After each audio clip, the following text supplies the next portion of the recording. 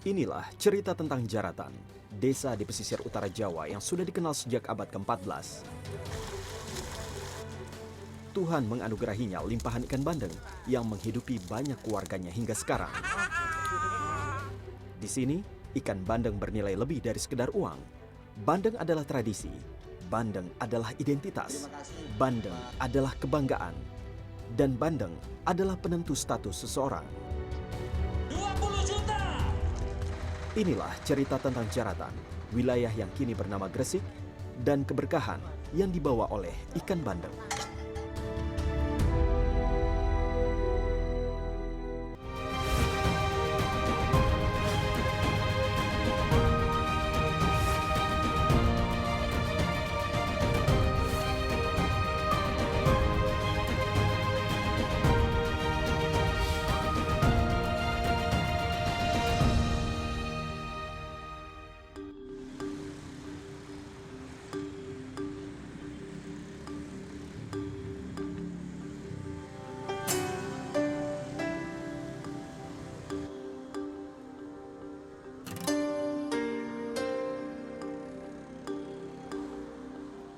Selamat datang di kota Gresik. Wilayah pesisir utara Provinsi Jawa Timur ini lekat dengan tradisi warisan para sunan, penyebar agama Islam di Jawa.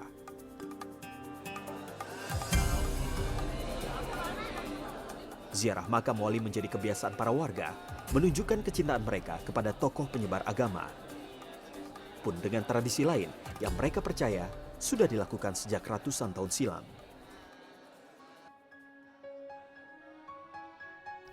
Gresik adalah satu-satunya daerah di Jawa Timur dan Jawa Tengah yang menjadi muara terluas sungai legendaris Bengawan Solo.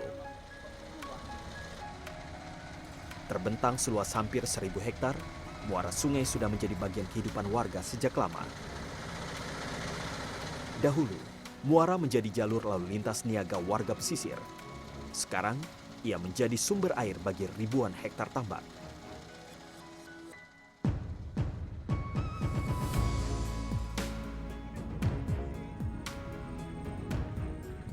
Siang belum lagi datang, tetapi dua pekerja ini sudah berpeluh sejak pagi menyebar pakan ikan. Dua kolam di tambak bandeng di desa Pangkahwetan ini menjadi tanggung jawab mereka. Satu kolam seluas 4 hektar berisi 20.000 ikan bandeng muda berukuran 8 bulan hingga 1 tahun. Sementara kolam-kolam lain berisi bandeng-bandeng dengan umur berbeda. Gresik memiliki 32.000 hektar tambak yang terluas di Jawa Timur. 46% tambak bandeng di Jawa Timur ada di sini. Dari 25.000 warga Jawa Timur yang menggantungkan hidup pada budidaya bandeng, sekitar 4.000 diantaranya adalah warga Gresik. Produksi bandeng dari Gresik hampir 80.000 ton pada 2019. Kebanyakan petambak ini menerapkan pola tradisional. Kalau pola tradisional artinya itu kan mayoritas alam, mengandalkan alam gitu loh. Artinya intinya budidaya itu bagaimana kita menyiasati gitu. Artinya memelihara ikan sama halnya kita memelihara lingkungan. Kalau lingkungannya itu bagus, airnya bagus, aspek-aspek yang lain bagus, nanti ikan yang dipelihara akan merasa nyaman.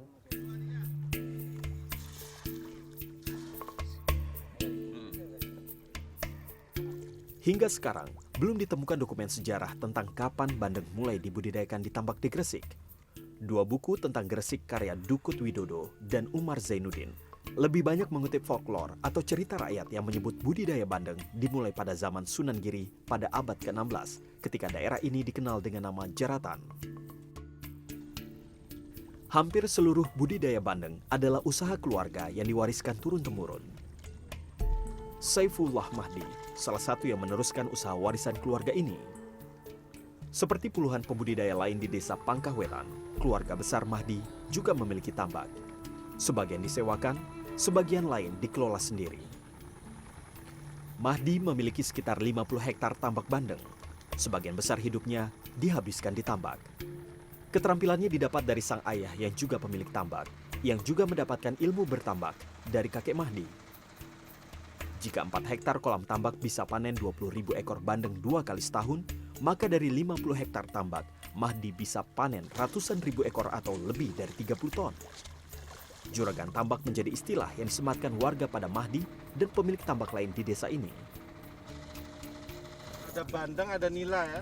Oke, ada berapa ini di sini? Berapa? Ada 10.000 ekor bandeng, 15.000 ekor nila. Ini bisa hidup berdampingan ya dua Berdampingan, iya. hewan ini ya? Iya. Oke, caranya apakah bandeng dulu atau nila dulu atau bagaimana caranya? Kalau sama-sama ikan bareng nggak ada masalah. Bareng. Beda kalau dengan udang, itu harus udang dulu baru ikan. Oke. Kenapa harus udang dulu? Karena kalau ikan dulu nanti takutnya nanti dimakan karena Pak, apa sih untungnya kemudian harus ada beberapa ikan dalam satu tambak ini? ya jadi kita bisa punya banyak jenis komoditi yang bisa budidaya di sini seperti itu ya. Bukan perkara mudah bagi warga Pangkawetan untuk menjadi pemilik tambak.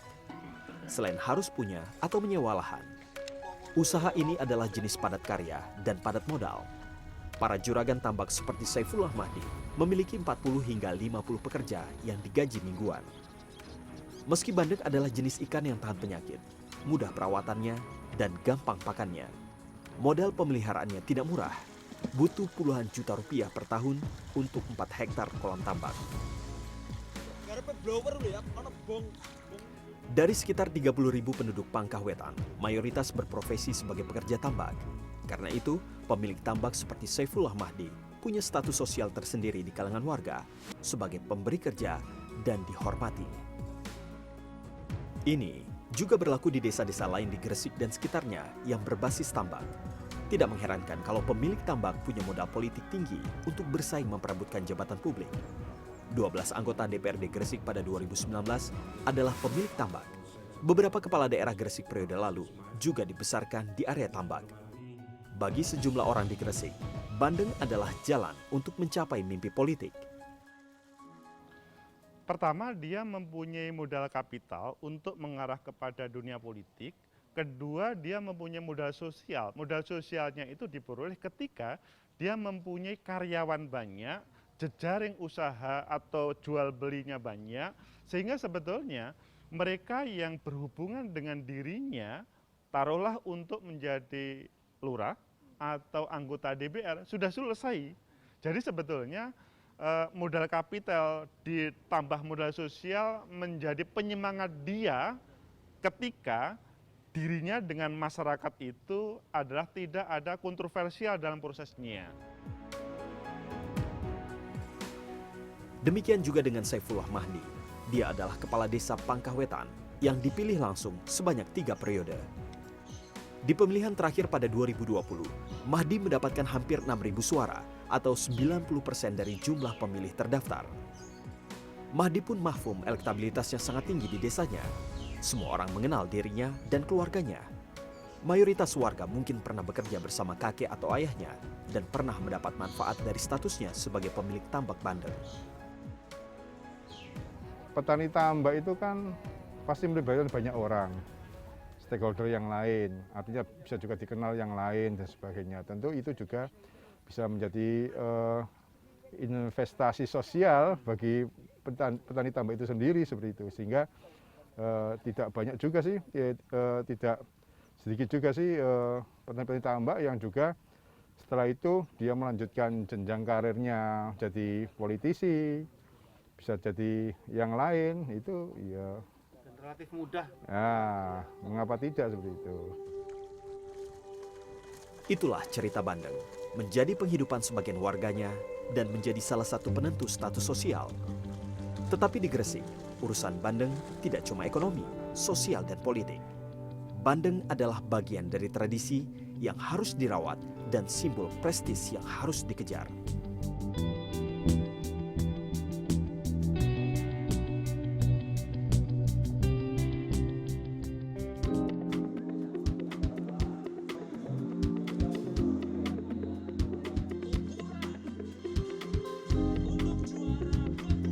Peggy, selamat.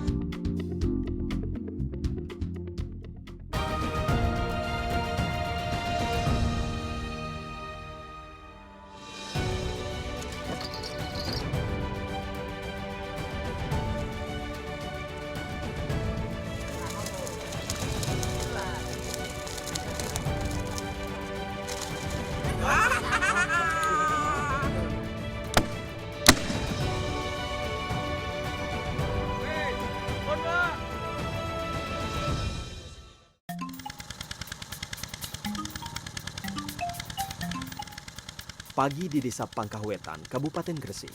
Warga mulai bersiap menjalankan aktivitas, termasuk belasan pekerja tambak ini. Dengan rangkaian jala, mereka menggiring ikan ke satu sudut tambak untuk dipindahkan ke kolam tambak yang lain. Butuh waktu sekitar 12 jam, sejak tengah malam hingga siang hari, untuk memindahkan ribuan ikan sebelum panen tiba. Secara manual, para pekerja ini juga memisahkan ikan-ikan yang masih muda agar tidak ikut terjala dan dipindahkan ke kolam awal.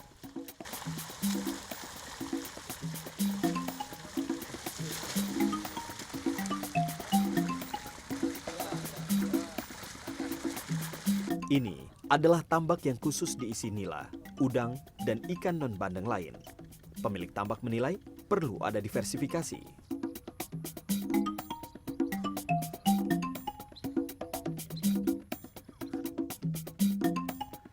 Ada kurang lebih 250 hektar lahan tambak yang ada di Desa Ujung Pangkah bagian timur ini. Semua tambak ini airnya bersumber dari muara Sungai Bengawan Solo di sisi sebelah utara. Nah, dari semua tambak yang ada di sini ini dikelola dan juga dimiliki oleh kurang lebih 20 hingga 25 pengelola tambak. Tetapi tidak semua pengelola tambak ini juga memiliki lahan tambak yang ada di sini. Beberapa di antaranya ini menyewa dari orang lain dan kemudian mengelola lahan itu menjadi tambak. Nah, di sisi sebelah sini ini adalah tambak yang baru saja selesai dipanen sehingga mengundang banyak burung, terutama burung jenis komoran atau warga desa nelayan ini menyebutnya dengan burung pecuk. Nah, jika dibiarkan, burung-burung ini nanti akan bertambah banyak dan menjadi hama bagi tambak-tambak lain yang belum dipanen. Nah, cara menghalaunya adalah yang dilakukan oleh bapak-bapak yang ada di sini dengan menggunakan alat pengusir burung ini. Bisa dibunyikan, Pak, caranya gimana?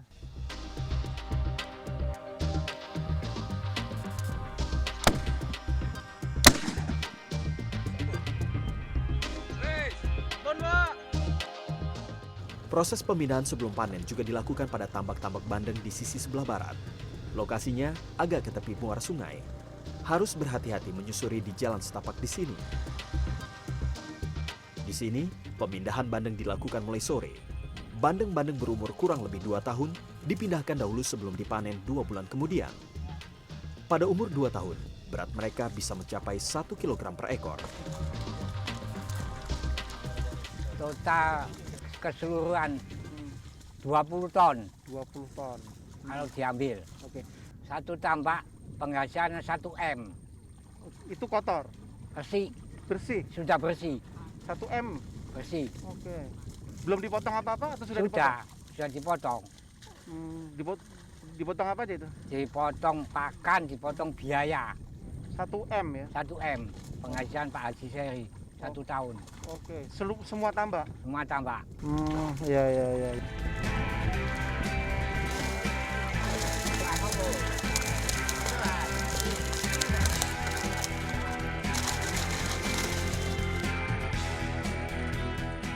Secara taksonomi, bandeng sebenarnya adalah ikan air asin, tapi dia dapat beradaptasi dengan baik di lingkungan air payau dan tawar.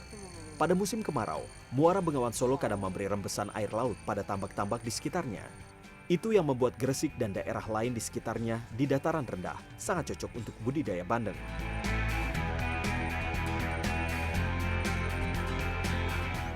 Setiap pemilik tambak di Pangkahwetan sudah punya pembeli sendiri. Setiap panen, baik bandeng ataupun ikan-ikan lain, pasti selalu habis terserap pasar. Pada 2019, produksi bandeng se-Kabupaten Gresik mencapai hampir 80.000 ton. Data Dinas Perikanan menyebut semuanya habis untuk konsumsi lokal Gresik, Lamongan, dan Surabaya. Tetapi bagi orang Gresik, bandeng bernilai lebih dari itu.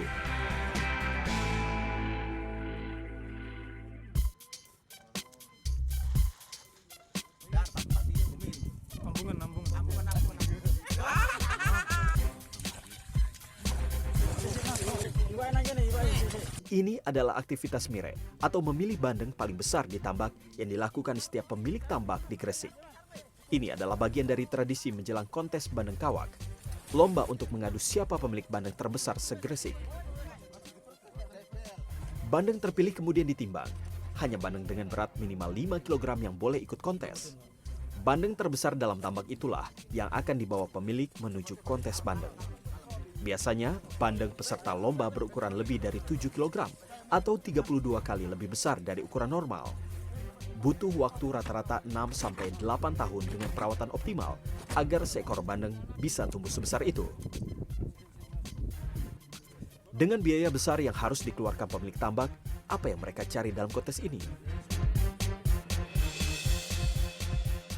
Kalau bicara biaya kita nggak pernah menghitung secara pasti, karena sebenarnya kontes bandeng lebih pada nilai prestisnya. Tentu itu tidak sebanding kalau kita berbicara masalah hadiah, tapi yang lebih penting lagi bahwa itu bisa menggairahkan petambak-petambak lain untuk semangat berbudidaya seperti itu.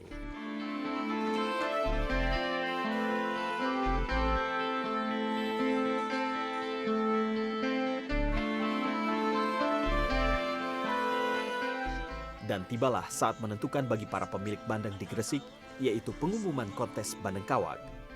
Seperti tahun-tahun sebelumnya, kontes dilakukan di kantor bupati dan dikemas meriah layaknya pesta. Tidak hanya pejabat, warga juga diundang. Sejarawan Imron Rosyid menyebut kontes bandeng kawak pertama digelar pada masa Bupati Gresik ke-10, Adipati Brotonagoro pada awal 1800-an. Pemenangnya adalah Zainul Abidin, pemilik bandeng sepanjang 90 cm dan berat hampir 8 kg. Pagi, selamat. Itu panen pindah terus sampai 8 tahun gitu. Jadi itu tekniknya itu ya Mas ya. Ini langganan juara apa gimana Mas? Baru pertama ini. Oke. Biasanya kalau gede gini dimasak jadi apa Mas? Atau diolah jadi apa? Atau di mana dimumikan? Biasanya bandeng besar itu dibuat pindang. Semua bandeng kawak ini menjadi milik pemerintah Gresik. Karena itu, mereka melelang bandeng juara kepada seluruh kepala daerah di Jawa Timur. Sebelum pandemi, semuanya diundang untuk hadir secara langsung. Tapi sekarang, lelang dilakukan secara virtual. Banyak dan siap dibeli. Ya, begitu. Pemenang lelang adalah Wali Kota Surabaya, Eri Cahyadi, yang menawar dengan harga 25 juta rupiah. Uang ini akan digunakan pemerintah Gresik untuk menambah alat bantu bagi penyandang disabilitas. Inilah berkah bandeng di tanah Gresikan, sebagai tumpuan hidup sebagian warga, sebagai penentu prestis dan status sebagian orang, serta menjadi bagian dari tradisi yang dirawat hingga saat ini. Next time Pak ya, kesempatan tahun depan insya Allah.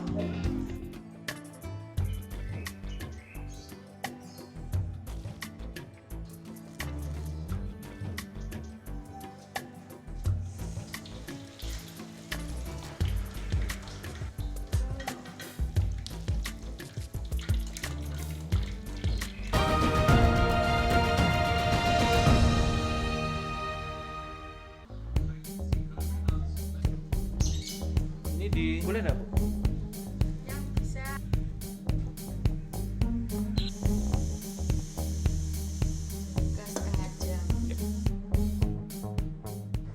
Meski secara administratif Gresik baru ditetapkan sebagai kabupaten pada 1974, eksistensinya sebagai kota dagang dan pelabuhan penyangga Surabaya sudah dimulai pada abad ke-15.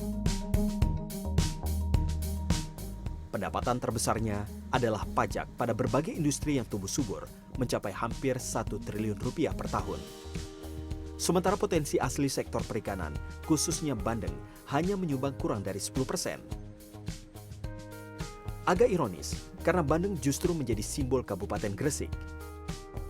Persoalannya banyak. Ada keterlambatan pupuk ketika sudah pasca panen, kan tambak ini perlu diperhatikan, perlu dirawat, perlu dipupuk dan lain sebagainya. Lah, jaminan pupuk belum tersedia dengan pasti. Terus rata-rata pelaku usaha tersebut, para petani tambak ini ketemu dengan para tengkulak dan lain sebagainya. Maka mereka juga belum ada jaminan bahwasanya ke depan itu seperti apa potensi-potensi budidaya ikan bandeng ini.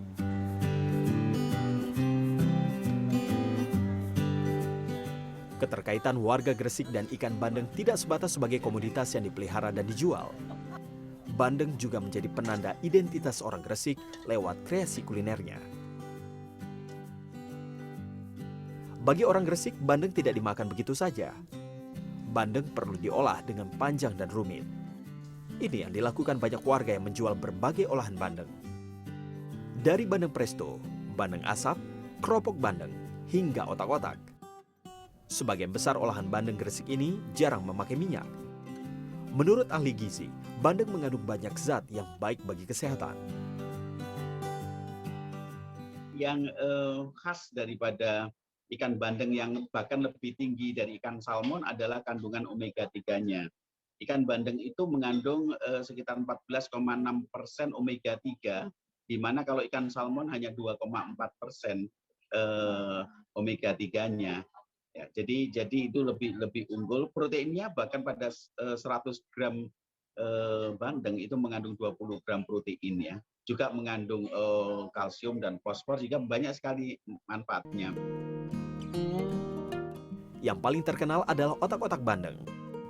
Menurut sejarawan Imron Rosyid, bahan-bahan utama otak-otak tercantum dalam prasasti Karangbogem bertarikh 1487 Masehi. Hanya saja, dalam prasasti itu tidak disebut rinci ikan apa yang digunakan. Saya meminta Kozana, seorang ibu rumah tangga di desa Pangkahwetan, untuk membuatkan makanan ini. Bahan dasarnya tentu saja bandeng, serta aneka rempah seperti jinten, jahe, merica, ketumbar, dan pala. Semuanya dihaluskan, termasuk daging bandeng. Jadi ini adalah proses paling kunci dalam pembuatan otak-otak bandeng ya, karena dagingnya ini yang diulek ini kemudian akan turun ke bawah, dan itu yang menjadi satu-satunya daging yang akan dikonsumsi sebagai otak-otak bandeng nanti. Sekaligus diulek-ulek terus ini supaya menghaluskan atau menghilangkan duri-duri yang menempel di otak-otak. Susah juga ternyata ya. Luar biasa.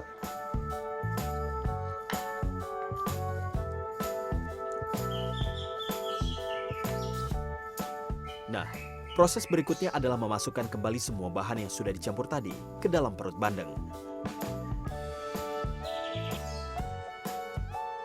Tangan terampil Kozana sudah biasa melakukan ini tanpa merusak kulit bandeng.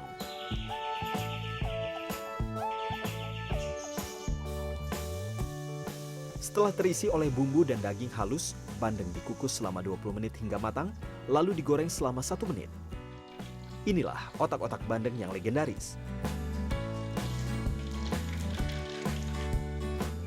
Banyak dijajakan di toko oleh-oleh, tapi bisa juga dibuat sendiri di rumah.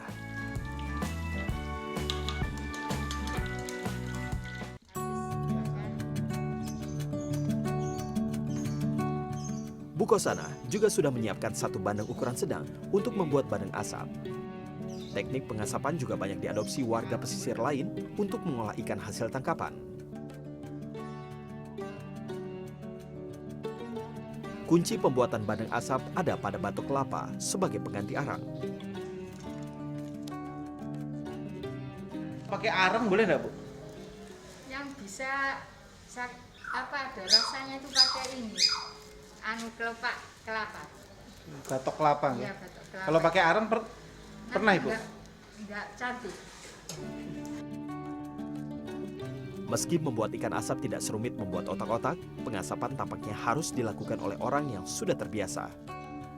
Bu Kozana berulang kali mengecek tungku, memastikan tidak ada api sekecil apapun yang menyala bersama kepulan asap. Kedua hidangan ini selesai bersamaan dengan waktu makan siang. Nah, kita sudah bersama ini masakan khas Gresik. Ini ada otak-otak bandeng. Besar sekali ini ya. Tadinya tipis, Bu ya, sekarang jadi besar ya.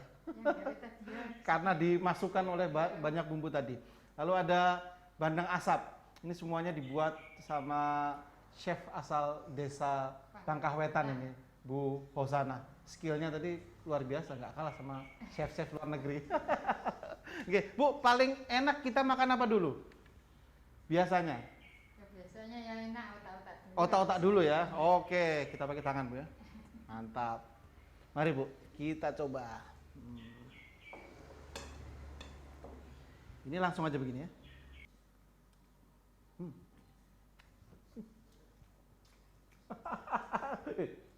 Pintar sekali buatnya.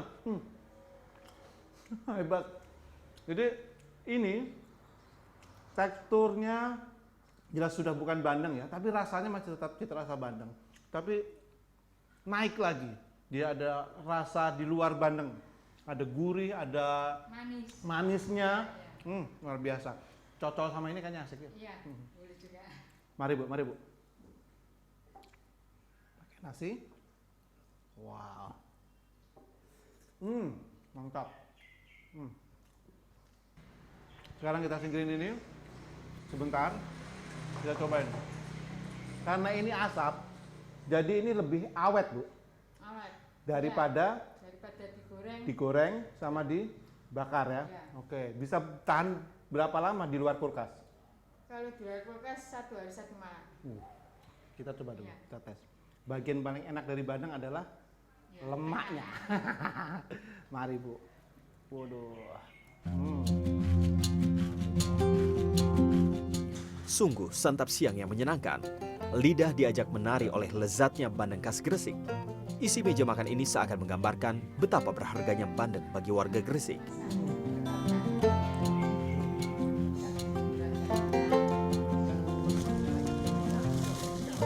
Sebagai pengisi perut, sebagai sumber penghidupan, sebagai pengerek status sosial, dan sebagai tradisi tua yang tetap dilestarikan.